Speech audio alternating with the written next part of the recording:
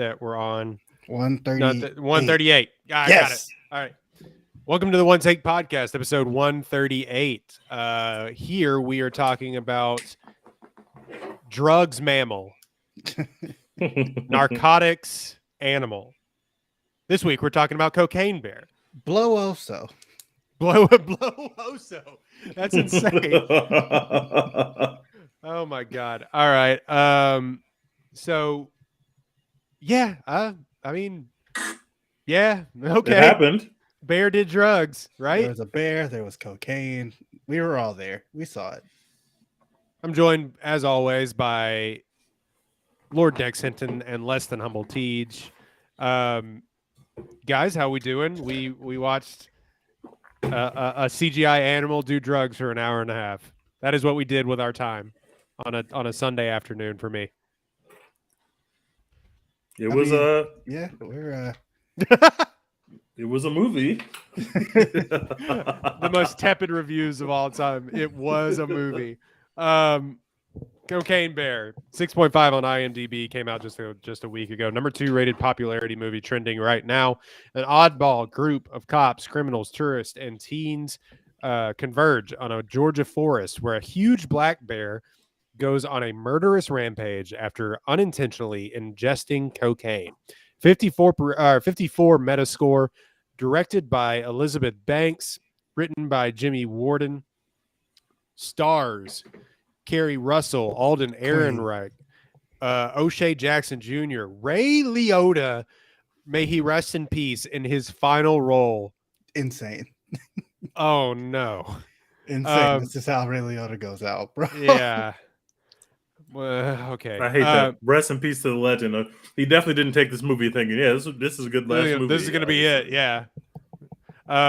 Isaiah Whitlock Jr., Brooklyn Prince, Christian Convery, Margot Martindale, Jesse Tyler Ferguson, as well as Matthew Reese. So like half the cast of The Americans is in this movie. So that's fun. This is also produced by Phil Lord and Chris Miller of Spider-Man and Lego Movie fame.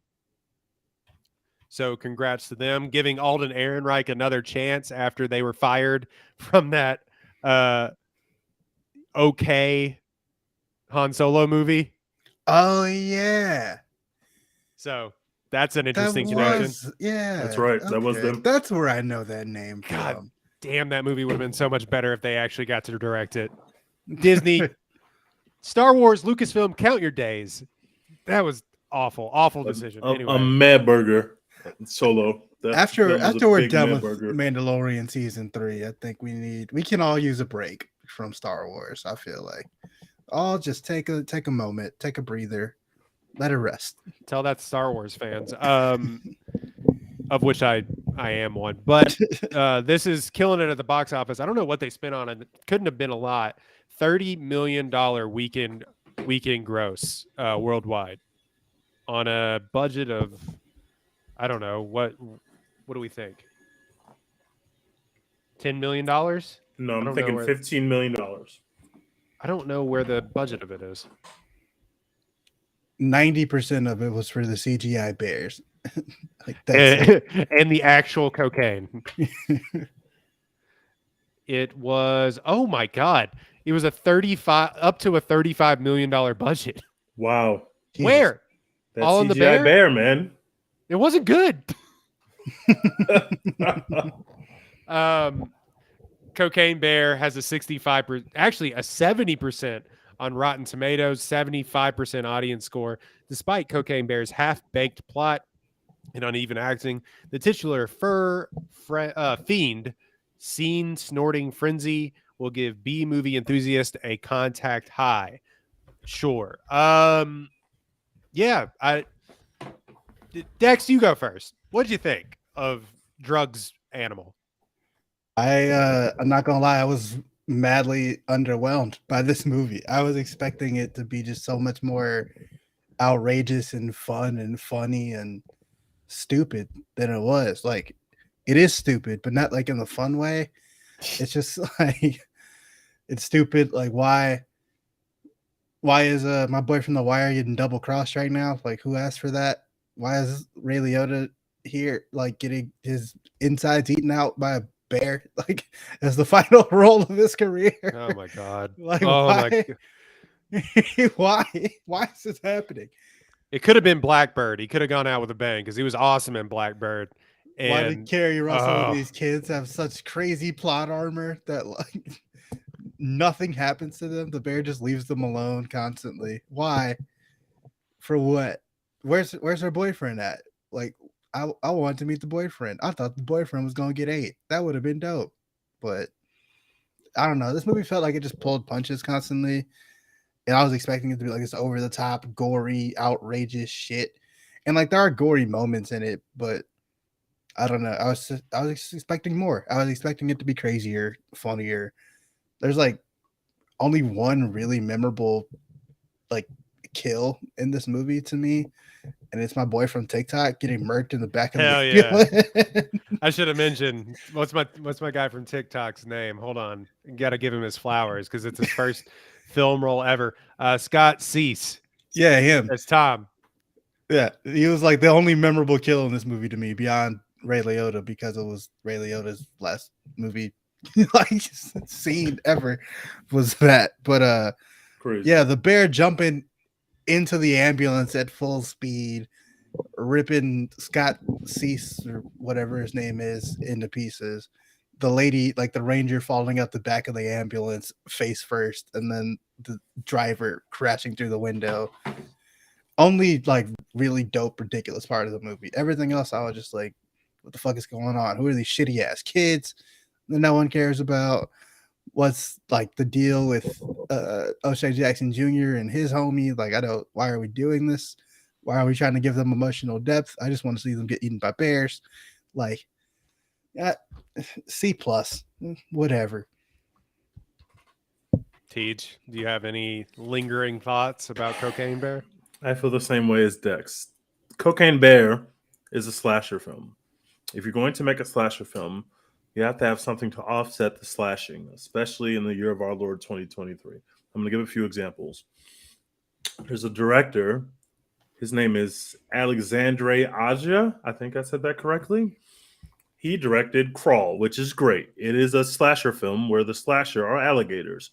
An extremely amazing movie.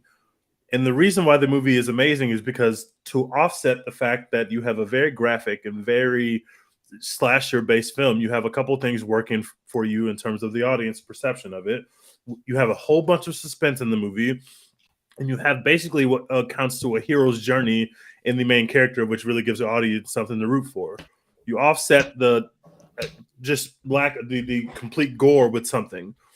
Another example. I should also say he also directed a movie called High Tension in 2003. It is a real slasher movie. Literally, a man is going into a sorority house, and it's like a French movie, I believe. And he goes into a sorority house, and he's literally raping and stabbing young women. It is one of the most gruesome things I've ever seen. Please don't ever watch it. It's awful. But if you were to watch that movie, which I don't recommend you do, you will see that this director is a fucking genius when it comes to building tension, no pun intended, because that's words in the title. He can build tension and he can build suspense. Some movie exec who watches way too many movies saw that film and said, we need to give this guy money and have him make a film, but the film has to be palatable for audiences. You can't just have people raping and stabbing people in a sorority house. You can't make that movie. But you could use those same instincts and the same film techniques and the same cinematography to make a really cool movie that can be a fan favorite if you just make it alligators, because alligators can act any kind of way we want, and people will be fine with it because it's an alligator. It's not a human. So we don't have to think about why is the human acting like that. It's an alligator. It's doing what alligators do. So that's an example of trying to offset some of your gore. Another example just came out. Megan is technically a slasher movie. Megan is cutting people up and beating the shit out of people and doing really gruesome shit to people, including kids. But Megan works because it's funny. And Megan lets you know early on, this is a comedy. Not everybody in the movie is being funny. Allison Williams isn't being funny, or at least not on purpose. But Megan is a comedy. And if you go to watch the Megan in a theater, which we all happen to do, everybody's laughing. It's a great time. Cocaine Bear is extremely violent. It's a slasher movie. It has a great concept. It has a kick-ass trailer. And I walked into the movie theater expecting to have a fucking great time, just like everybody else in my movie theater. Packed movie theater for me, by the way. Packed for me as well. One of the writers for the film introduced the film for us. We had little fake cocaine baggies. I was at the Alamo Draft House in LA. They had little fake cocaine baggies, and there was like a little, they had the foam hands. It was like a foam bear cub hand. So I'm like, I'm about to have a great time. I went into the theater, high and a little drunk, like I was supposed to. I did my part, and not to toot our own horns, but we are a podcast you can come to review a movie like this because we're going to meet the film on the level. We are not coming into this film expecting great prose or an Oscar-nominated movie or a point or anything like that. We just want to have a good fucking time. So when we give these grades, we're not grading it because the plot's bad, or we're grading it that way because how much fun did we have in the movie theater? And I give it a C+. Actually, I would give it a C+. There's some cool stuff with the bear. I mean, the CGI doesn't look great, but it doesn't look bad enough to make me knock the movie. Right. It doesn't take you out of it or anything. It doesn't take you out of it. But the plot is way too overly convoluted. There's about 20 extra characters that we actually are following around when really we just need more bodies to throw to the bear. It's just, I don't know. The only really funny parts of the movie, you have this TikTok guy who we mentioned earlier on set. He's hilarious. He doesn't really get to do much funny. Probably the funniest part of the movie is the little boy. He's okay. He's pretty funny. And O'Shea Jackson beating up a group of like white thugs. I guess there's something funny about that, but I don't think they had an idea of what movie they were making. This movie should have been about 100 times funnier. We should have been having a great time and laughing at the box office, but instead we're watching a slasher movie about a bear where the plot's just kind of going everywhere. And I walked out of the movie theater. Now, granted, like I said, I was high and drunk, but when I walked out of the movie, when we were like, okay, we're going to pod about this movie, I had to literally go back and look up how this movie ended. I literally forgot how the movie ended. I did not sleep. I did not pass out. I was awake the whole time. I literally forgot how the film ended because it didn't matter. And I wasn't having that much fun, or at least not as much fun as I thought I was going to have. And some of that might be, I saw this kick-ass trailer. I'm like, this is my kind of movie. And I just didn't end up enjoying it nearly as much as I thought I would. I gave it a C+. Yeah, this movie's not good, guys. No. And it's not not even like the fun, not good. It's just not good. And it's not like it could be not good, but it's got to be a shitload of fun to be not good, right? And it just like it. I hate doing this because eventually, like, hopefully, we talk to filmmakers, and Dex has talked to filmmakers and stuff. So I hate putting this out there. It just is a nothing movie. And for a movie called Cocaine Bear, where the bear is doing cocaine and killing people, that feels like an impossible scenario to come up with. That this is just a nothing movie. Now people are going to go, and I had a great time. Here's the thing, man. You said it was a slasher film, Teach. I just think it was they wanted to make a comedy, like a kind of a gross out comedy.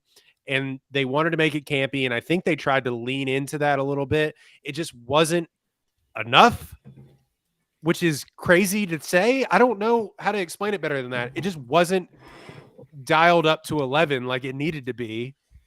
And the result of that, it was just like tepid laughs throughout my entire theater. Just people going, yeah, like that. Yep. The big thing, and somebody gets their head blown off, and that was the one thing people were kind of like, whoa, but I just like, it just wasn't funny. Everything went on.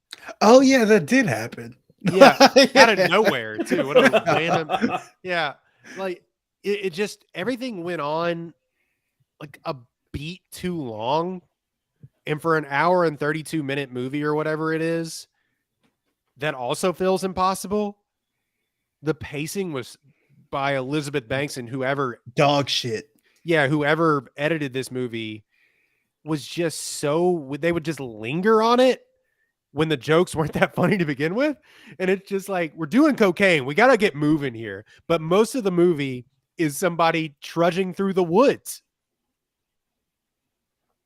What? For a movie about uppers, this is the most downer shit I've ever seen in my entire life. It's Kerry Russell being like, I gotta find my kid, which is cool for the first 5 minutes, And then after that, it's like, okay, like more bear, please. And More look, cocaine. I think everybody in this knew what movie they were making. They knew they weren't making high art. That's why you got all these talented people in this movie. And obviously, like Elizabeth Banks has some sort of clout. I mean, I've loved her in all of her comedy movies, and she's a great screen presence, has been for decades now. But like, I just think that her as a filmmaker, and especially of that of like these action comedies, because she did Charlie's Angels, that she, blamed everybody except for her for flopping. What a nothing movie. I just don't know if like it's necessarily there. I just a lot of like you said, there's a lot of people in here with nothing to do except for like walk through the woods, and then at some point they get into a standoff with Isaiah Whitlock, who meets the weirdest end ever on top of a gazebo. It's like it just felt like wasted talent sometimes throughout this shit. How do you have Isaiah Whitlock in a movie called Cocaine Bear and he doesn't go shit ever? Right. How do we do that? Not even once. It just, that's because Elizabeth Bank never seen The Wire. She's never seen that show. She's never seen that show. Never watched one episode. Never. My man literally got shot in the stomach. Like, that's the perfect time to say shit. He just didn't do it. I was like, what? Come on. It's right there. And it's not like, it's not like Ray Liotta has been in a lot of high art in his latter years. But him meeting his untimely end in this movie, and like getting his intestines eaten by cubs, and he falls off a waterfall, like that's how he dies, and this is his final role. Wait, no, apparently he has other roles that are coming out. Oh, he does. Okay, thank God. This movie was dedicated to him, by the way, which is like, what a legacy. Yeah. what a thing to say. It's nice to dedicate a film to somebody, but this one might be offensive to his family and friends. This one might actually offend him. Yeah, I just think, man, this was a cool concept. They had like the one idea, and they worked backwards from that idea. It was literally like an SNL sketch that they had to try and work backwards from. Yeah, you can tell.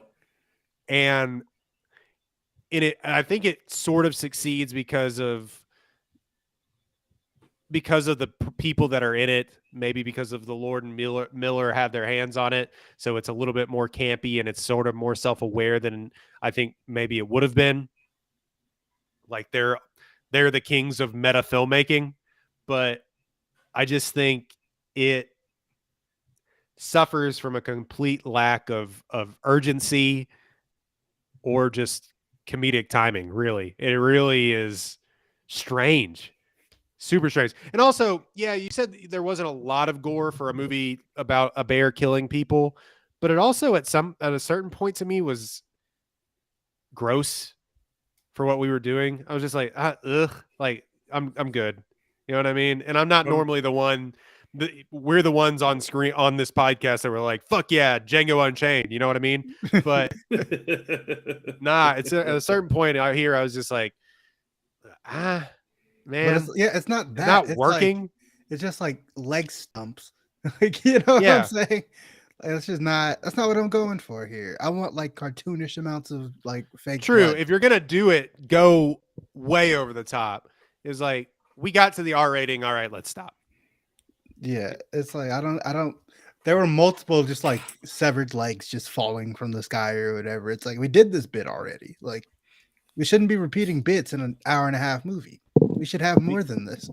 The Lord and Miller of it all is really weird because those dudes really have a sense of how to make something funny, and so it just felt. And also, Elizabeth Banks made a Pitch Perfect movie, and whatever you might think of those movies are fucking hilarious. Like they're a good time. Yeah, they're fun as hell. You turn on Pitch Perfect, you're gonna have a good time. You're gonna laugh. It just felt so weird that this movie wasn't funny at all. Like it. I mean, it was clear they were trying to be funny, but it's not. This should have been a knee slapper movie for an hour and a half.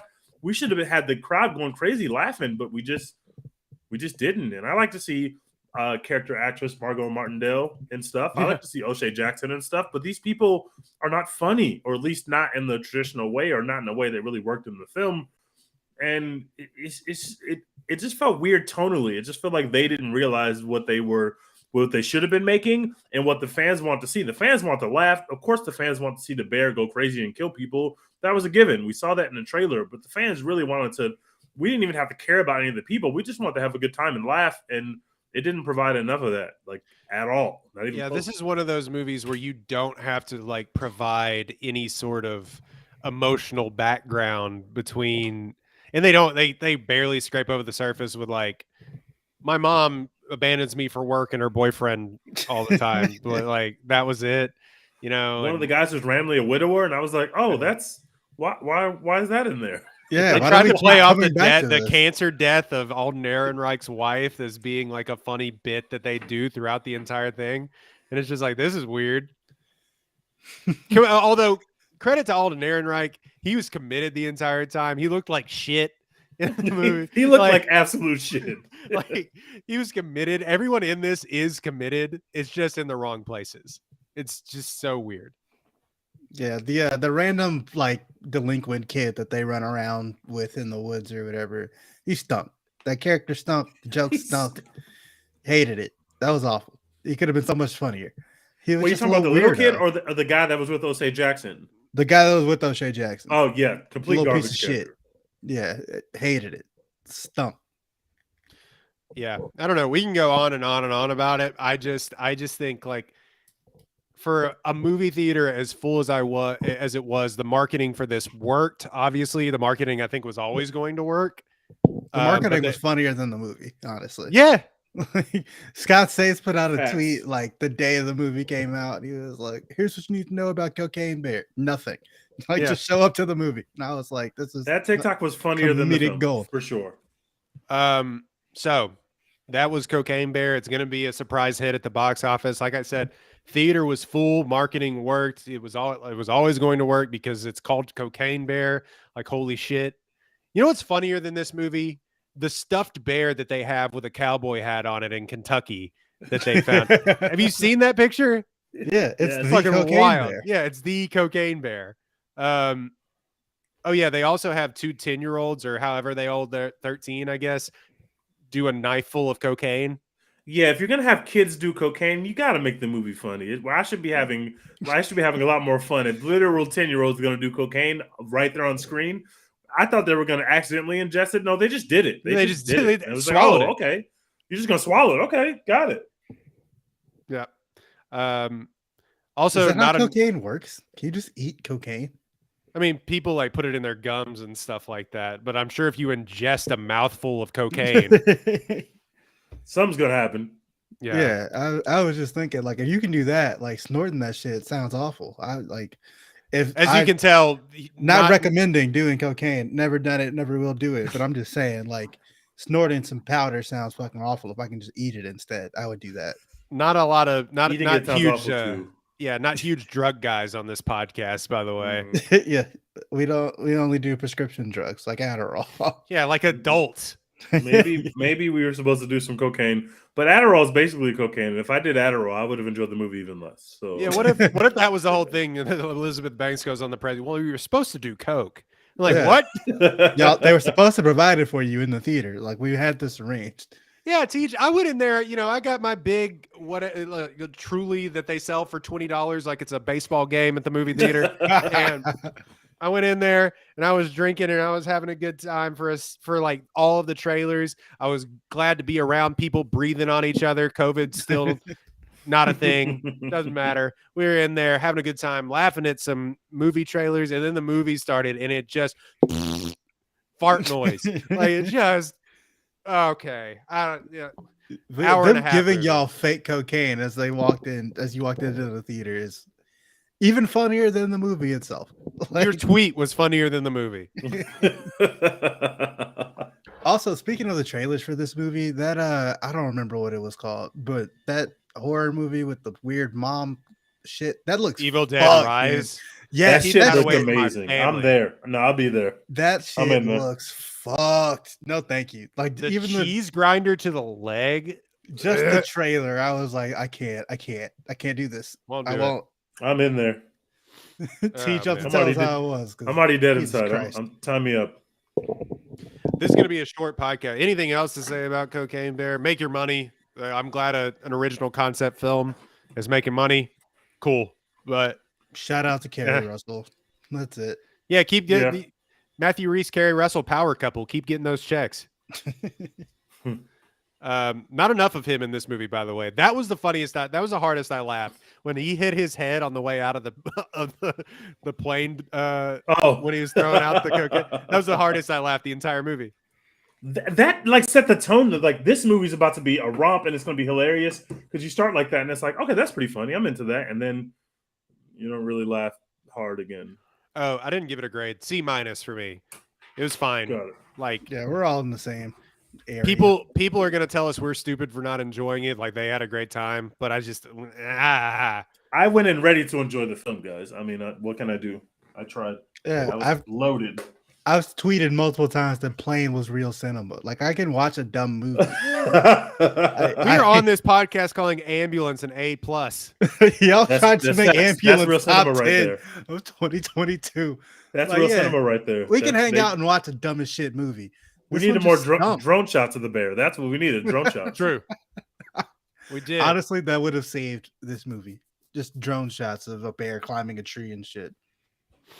Just needed some punch up, man. That's all I gotta say. I mean, me, professional script writer, telling movie makers how to make their films.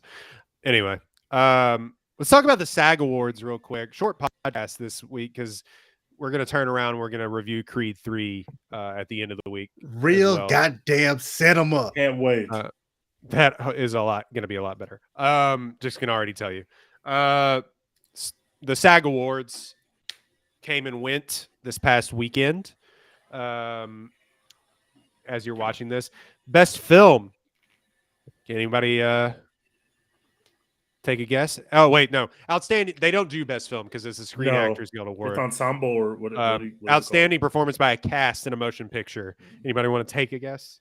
I'm looking at it so I can tell. Yeah, I know who won. So I can't guess. Everything, Everywhere, All at Once won that. This is getting contentious here, guys. SAG Awards, female actor in a leading role, Michelle Yeoh. Everything, Everywhere, All at Once. See, okay. I told y'all in the group chat I have a theory about this. I think this helps Cate Blanchett seal up the Oscar win. This is some interesting, mental gymnastics. You have to explain it. Some big 4D chess shit going on here. All right, big brain on decks. So it looked like for a while there that Cate Blanchett was going to walk to the Oscar. She was winning everything: Critics' Choice, Golden Globe, BAFTA, all this other stuff. So when that happens, when there's like one big overwhelming favorite, that's when people are like, oh, well, Cate Blanchett's going to win anyway. I'm just going to vote for Michelle Yeoh, or I'm going to vote for, God forbid, Ana de Armas or some shit, just because like Cate Blanchett is going to win anyway. So I can just vote for something else, like, because I'm just feeling frisky. I want to be different. We saw this in like a much more dire example, the 2016 election, when people were like, oh, yeah, Hillary Clinton's going to win anyway. I'm just gonna I don't like her that much, so I'm just gonna not vote. I'm gonna write in Mickey Mouse. I'm gonna write in, fucking Ted Cruz or some other piece of shit, and I'm not gonna vote for either one of them because she's gonna win anyway, so it doesn't matter. And I can have a guilt-free conscience. And enough people do that, and fucking Donald Trump wins. And I think that same thing was in danger of happening to Cate Blanchett, where people are like, oh, she's going to win anyway. It doesn't matter who I vote for. We're not saying Michelle Yeoh is Donald Trump. Yeah, no, we're not saying Michelle Yeoh is Donald Trump. Andre Riseborough is Donald Trump, if anybody is in this fucking category. This is all parody. Yeah. Publicists allegedly. Listening to this. This is all parody. Parody, allegedly, comedy, don't ban us, Elon, whatever. But yeah, I think now Michelle Yeoh winning as SAG, that'll wake people back up to be like, oh, well, Cate Blanchett might not be a lock. So if I think that she should win, then I have to vote for her because she might not win. So that's my theory. Some interesting gymnastics we're doing. That's there. where I'm at. What if they just zagged too hard? They were like, oh, we gave her, we we gave Michelle one. You got a little win in there, and then all of a sudden people were like, "Wait, Michelle Yeoh is like winning." Like, yeah. Yeah. It's hard it'll to be interesting. predict how these things kind of sit, when you have a poll that takes place once, it's not like a Right. leader, like back and forth thing, they're voting one goddamn time. So, you never know who's actually in front, who's not. We'll never know who's right and who's wrong. But yeah, I still, I think that Kate Blanchett is going to win at the Oscars. I'll get to Best Actor in a second. Do you think that's like the same thing though that then happened with Jamie Lee Curtis, because she won for Best Actor in a supporting role, which makes zero sense. Yeah, see that I don't get, because like, why is anyone voting for her in the first place? I couldn't really tell you. She is not even the best supporting actress in her own movie. Yeah, who else was nominated? Same thing. Carrie Condon, Hong Chow, Angela Bassett, Stephanie Sue. I know that there's going to be some pro Stephanie Sue anger if Jamie Lee Curtis wins this award, which I think that unfortunately she will. And I agree that. You think she's going to win the Oscar over Angela Bassett? Oh wait, is Angela Bassett for? Oh no, I don't think she's going to win it. So I think it's going to be pointless. Talking about the Oscars, sorry. Yeah, sorry. No, I think that Michelle Bassett. I think that Angela Bassett is going to win that award. I know there's been a lot of talk about the Jamie Lee Curtis thing, and I know that she's not the best supporting actress in the movie. We all agree there.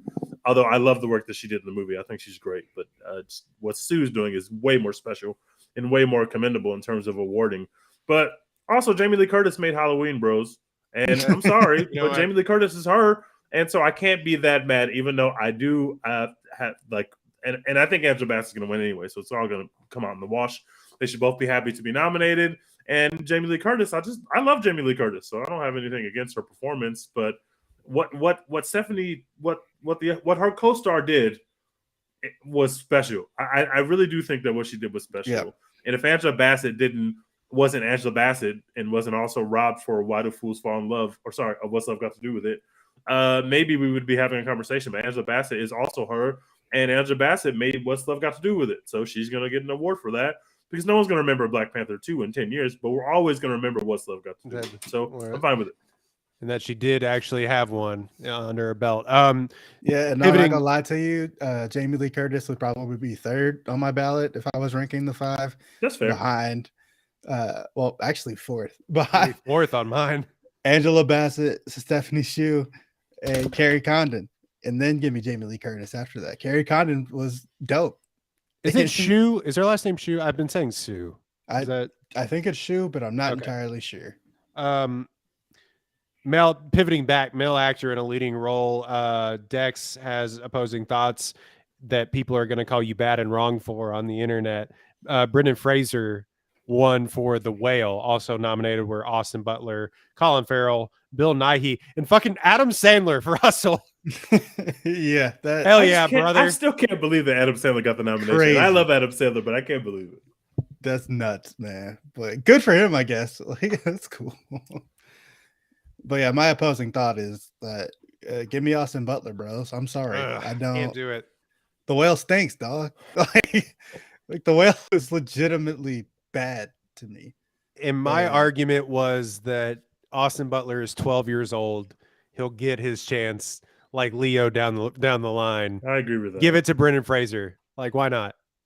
Why not? That movie fucking sucks. It doesn't matter. And his role. Elvis sucks too, Dex. Elvis is also Huff cinema. No. You can't make that argument. Elvis is Huff. Yeah, it's not like I said. It's not like he's going up against. It's not like he's going up against what's his face, Bradley Cooper, who sung and wrote and directed and tap danced and died on that screen. Like. Yeah. Look, it's not Austin Butler isn't like the runaway deserving winner like Bradley Cooper was, but The Whale, I don't think I can get across how much I dislike The Whale. Like that shit is so bad, and the Academy doesn't like it either. That's true. Yeah, nobody likes it. Elvis, Best Picture nominated, got nominated in a bunch of other categories, or not a bunch, but multiple other categories outside of Austin Butler. People like that movie. It got people back in theaters a little bit. It was like the little appetizer before people really came back to theaters for Top Gun Maverick. But yeah, it's so much better than The Whale. Even if you don't like Elvis, I feel like it's a much much better movie than The Whale. And Brendan Fraser's whole performance is just being fat and being inconvenienced by being fat. Like, that's it. Like, are we really going to give this man an Oscar for like pretending to be fat? Come on. I saw a picture of. I have not seen this film because everyone I love and respect said this film stinks. But I saw a picture today of him in the fat suit or however they did this. I don't know if they use CGI. I don't know how they actually did it. It was But a fat suit. Yeah. It was a he looks big- absolutely ridiculous. There was a behind the scenes of them putting it. It looked exhausting. I will say that it looked like a lot that they were. You can't give someone an Oscar for wearing a fat suit. I'm sorry, that's not a thing. Like, that's it. That's the only That's like literally not a thing. like that's the whole thing we're talking about with this performance is that he's convincingly fat. Like, that's it. You know what I'm saying? At least with Austin Butler, like, has he made Elvis his entire personality now? Yeah, he has. And like that I can respect. Making Elvis your personality is way more than pretending to be fat your personality. Like a You know what kid I'm at saying? theater camp, Dex. I think we should give both of them demerits for those actions. We should give him a demerit for being fat, and we should definitely give Austin Butler a demerit for making Elvis's personality. I'm tired of it. Give it And if you to him that Colin award, Farrell. he's gonna go on stage and he's gonna do the Elvis voice, and we're all gonna groan. And I don't want that moment. I would much rather see Colin Farrell go up there because I love Colin Farrell. Let's do that. Not that I don't like Brendan Fraser, but I don't want to see what he's going to do. Wear his fat suit on stage? I don't want to see that. He did give a pretty impassioned speech at the SAG Awards that was actually that I think a lot of people seem to enjoy, and a lot of people in Hollywood are now patting themselves on the back for bringing him back to the limelight. I think he deserves it. I will say that he deserves that. But this movie is. There is a sense of like, oh well, good for him, sort of going on. And but guys, I'm not we can't let that Darren Aronofsky win. We can't let Darren Aronofsky have Oscar-winning film The Whale. I agree with that.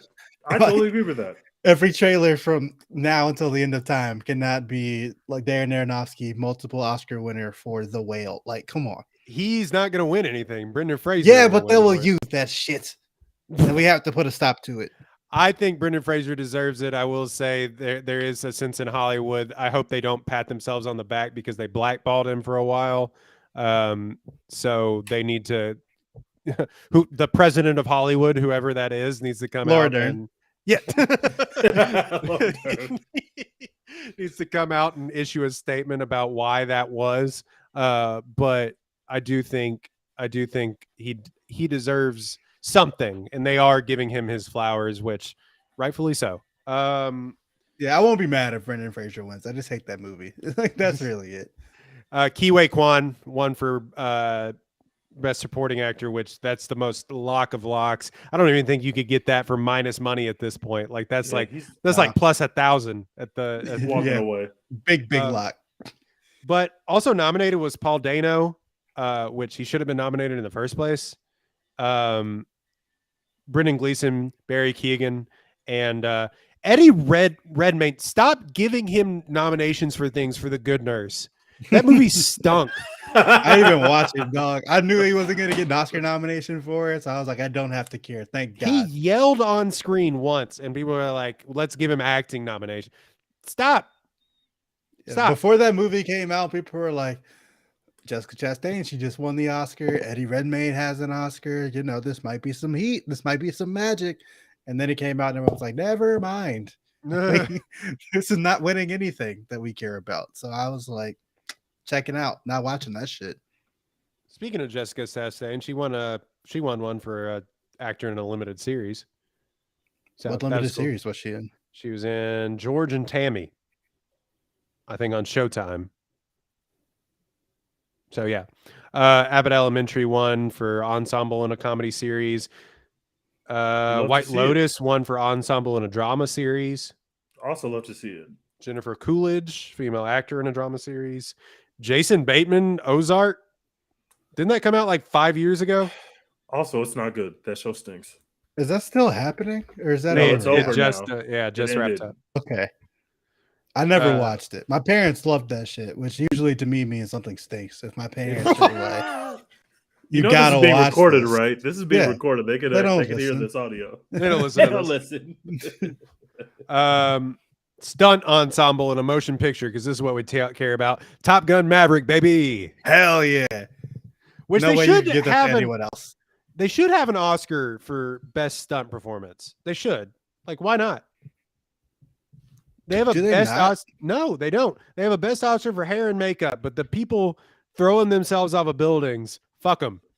If they create an Oscar for best stunt after Tom Cruise is done risking his life for our entertainment, I will riot and I will. They have to protest. name it the Tom Cruise Award. They better start that shit right now or never, because if Tom Cruise doesn't have the award for stunt after he tried to kill himself for 20 years, then the award means nothing. So either start it now or don't do it at all, Oscars. But start it now, because Mission Impossible 7 is coming and Tom Cruise is going to jump off stuff. He's already, and I can't wait. He's already thrown himself. He already put out the sizzle reel of it. He put out the sizzle reel, and I've watched it about 20 times. I can't get enough of it. I cannot stop watching it. That movie is going to be so fucking fire. And it's only part 1, baby. I can't fucking wait. We're going to get out of that, and then it's going to get bigger and better like after that. And also, real cinema, they tell you it's part 1 before you walk into the movie theater. Yeah, I just want to point that out, because that's what real cinema does. But unlike Dune, Tom Cruise has the power to know that he's going to make another movie. He just saved cinema. Like that's what he did. Speaking of, they gave him like a special recognition at the Producers Guild. Like, hey, thank you. Like they gave him a Lifetime Achievement Award, I think. So, and then Dune? Spielberg's coming up to him and saying, "You saved cinema." Like, Jesus. Exactly. Dune and Denis Villeneuve, they had people thinking cinema might be dead because they put that shit out on HBO Max and in theaters at the same time, and it made barely any money. They didn't know if they were going to get a sequel. Everyone's like, movie theaters are dead. The streaming shit took over. Then Tom Cruise came and saved cinema. He was like, we're going to wait for this, like these vaccines to start hitting for real. And then we're going to drop Top Gun Maverick in movie theaters exclusively for a long ass time. People are going to go see that shit because it's real cinema. And movie theaters are saved. Tom Cruise, known science follower, right? That's what that is? Known science follower. Science, and also, like, look, ever since Top Gun Maverick came out, ever since Top Gun Maverick came out, all these streaming services been in the dirt. You've heard about Disney like losing a shit ton of money. You heard about Netflix losing subscribers. You heard about you haven't heard shit about Peacock and Paramount Plus because you never did. But all these streaming services have been in the dirt since Top Gun Maverick came out. Not a coincidence. Viacom rolling in it. Yes. To our big CBS overlords, right? No, there's a host of other like Gene Smart one for Hacks, Jeremy Allen White one for The Bear, which hell yeah. Sam Elliott one for 1883, which okay, sure. So yeah. That was the Screen Actors Guild. Oh, and Stranger Things one for stunt ensemble in a television series, which okay. Still haven't watched Stranger Things. I might need to get on that. I think you're a few years too late. Real cinema. No, that's not true. Bro. It's never too late. Yeah, I've got to it's not coming out till 24, right? Yeah, oh yeah, that's true. I got time. I will say, I say that as Caitlin and I literally watched all of it in a weekend, which feels impossible, but we did do that. That's the Screen Actors Guild Awards, Producers Guild, Everything Everywhere All at Once won the Best Picture at the Producers Guild Awards. So they're winning. Oh yeah, that's a wrap. They're winning the Best Picture, guys. They are the Best Picture. Calling it here now. They did it. Congratulations to us, really. Not only, I was gonna say, not only are we calling it here now, we called it literally days when it came out. We called it, and it looks like it's gonna happen. And I couldn't be happier because it deserves it. There are other movies that were great, but I mean, nothing made me feel quite like that. And winning Best Picture the year that Tom Cruise and Top Gun literally saved cinema we're gonna remember that their strength of schedule was not easy, and that's gonna be incredible to remember that for years and years to come. Honestly, strength of schedule was exhausted. They got to be exhausted. They've been everywhere, man. They deserve it. Michelle Yeoh hasn't been home in 10 months. They've had to sit through 87,000 screenings of this movie, and they're like still excited about it every single time. And the whole cast shows doing up. all the hot ones and everything else. Like, Jesus Christ, can I take a nap? For the What longest do time, what do you A24 had them think showing is up. the best film from this year's? Who would be your favorite to win? If you could take one movie and screen it again for the like, Jesus Christ, can we get out of these press junkets? Michelle Yeoh, can you talk Name about your beating top bitches 10. up? Yeah, name your top 10 films. Okay, why? I'm very excited that after winning her Oscar and after winning Best Picture, Michelle Yeoh's get to go on a long vacation and then get right back to work because she's got more real cinema to give us, and she's a queen. Is she in an Avatar movie? Oh God, please I don't think tell me she's in an gonna do Avatar movie coming up. No, Michelle Yeoh, please. She might please. be. Was she in this one? Or She wasn't in this past one. But Academy Award winning actress Cate Blanchett was. No, she's going to be she's going to be in Avatar 4 and 5 and I can't 3, believe 4, they're and already 5. doing. Oh, okay, she's in the third And one too. she 3, 4, and 5. She works, man. She's gonna be in a Transformers movie. She's in 5 movies coming out next year. She signed a lifetime deal with the Avatar universe. That is a big loss for me. I don't like. hey, bro, that. Disney low-key got her in a chokehold because she's in the MCU too. So they were like, yeah, you coming with us. She's in 5 movies or 5 projects coming out in 2023. She's in Transformers. Rise of the Beast, baby. She is fucking stacking bread. I love that. I'm not watching another Transformers film, especially one that is not directed by Michael Bay, but I respect her hustle. She was They also might be better because they're not. Don't do that, please. That first Transformers movie was real cinema, bro. Don't do that. Michael Bay is a king. We love you, Michael Bay. It's a Michael Bay. Do we want to talk about the one where they had Harriet Tubman like fighting with Transformers? Listen, those things fell off a cliff, but he made so much money that who is going to make a great movie after that? I would have started throwing random slave references into my Transformers movie too at some point. Nasty. What are you talking about? This is the most insane defense I've ever heard. I would have also put Harriet Tubman with my licensed toys. Oh my God. All right. Yeah, so that's been a one take podcast. Are we watching anything? Last of Us still good, folks. Just Dex is a big hater. Yeah, sorry. Texas said he was bored. Bored? Yeah, episode 7 was boring, dog. I'm sorry. About that young romance budding on the screen? Don't care. It's like, bro, I know she's dead already. Like I can't care. Last of Us still good. Yeah, that's pretty much all I'm watching right now. Great. About to go see Creed 3 tomorrow.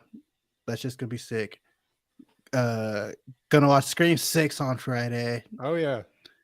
Excited as fuck. It must be good because they're dropping the embargo quick. Like the movie doesn't. They gotta get out. They gotta get out in front of Creed 3. Like I don't know.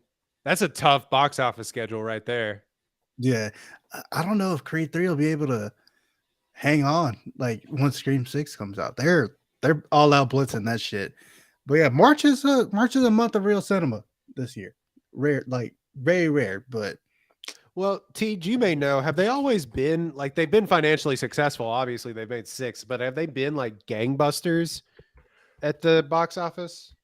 What, Mission Impossible? No, Scream. What? Oh, I was like, what? No, yes, Scream. They've done very, very good business. Obviously, they're not the most expensive movies to make, so they've done very good business. And Scream 5, Dex had this ranking as well, but not just people that have been watching the Scream movies from the beginning think very highly of Scream 5. And they put it very highly in their rankings just because it's phenomenal. Jenna Ortega is really her. She's also booked and busy and working hard. And they do pretty well because they're so cheap, but also because it's a horror movie. So obviously they do really well. And Scream 6 is going to be great. This is the first time they're going to be in a big city, which is going to change the whole dynamic. Yeah, they've always been awesome. The first Scream made $173 million on a $14 million budget. The last one, they upped the budget to only $24 million in 2022 dollars, and they made $140 million. They're getting my money for Scream 6. Down movie year too. I got my tickets already. I'm ready. Definitely, if they came out the same weekend, Creed 3 would easily win at the box office. But With Creed 3 being in its second weekend, I don't know if it'll hang on over Scream 6. That'll be Oh, interesting they're to not watch. coming out at the same time. You're just getting to see it a week early. Okay. Yeah. I'm very Sure. jealous that you're getting to see it a week early, by the way. At like 2 p.m. too. Like that shit is weird. They must feel real good. With all the lore attached, you now know all the lore. Anyway, we're going long on a podcast we said would be short. That has been a One Take podcast. Cocaine Bear. Yay, we did it. The bear did cocaine. You can find us at One Take Podcast, One Take Pod on Twitter, One Take Pod on Instagram, the like, TikTok, if you will. Go follow us on Twitter. We have a giveaway going on right now with that, and Watch with Apollo at Watch with Apollo. Follow, like the tweet, retweet, may get 2 tickets to Creed or Scream, depending on when we give away those tickets. Yeah. But yeah, thank you for liking, downloading, and subscribing. Please feel free to leave a review. We know more of you are listening to this than have left us reviews. Please do that on either Spotify and or Apple Podcasts. We really appreciate that. You can find us at Lord Dex Hinton, at Les_Humble Teej, at Royden Ogletree. You can also find Dex's writing on ApolloHOU.com. You can also hear Teej at the Slander U podcast, hopefully talking about the beatdown that Baylor gave to Texas In men's and women's basketball. in men's and women's. But I think I have no comment about those like things. The men's basketball team had y'all's legs on the headboard. Did you say something like that? I did say something like that. It was not a great game. We probably could have sealed the Big 12 by winning that game. We went out sad, but it's okay. March is coming. March is here. Yep. So, because Texas historically thrives in March in college basketball. New coach, new outcomes, hopefully. Also, well-known success from that coach in D1's college basketball. It's time, bros. It's time. We've been playing great all year, except for that Baylor game. We get the split against Baylor. We're going to go deep into the Big 12 tournament, and then we're going to go deep into the NCAA tournament. I'm speaking into existence. I need it. It's going to be a great start to the next year of Texas athletics. Football is going to win the national championship. Everything's fine. At the Slander U, go search them out. Like, download, subscribe. Dex, what are we doing? Hashtag Poor Florence Pugh, a good person, coming out March 24th in theaters. Go see it. All right, we're out.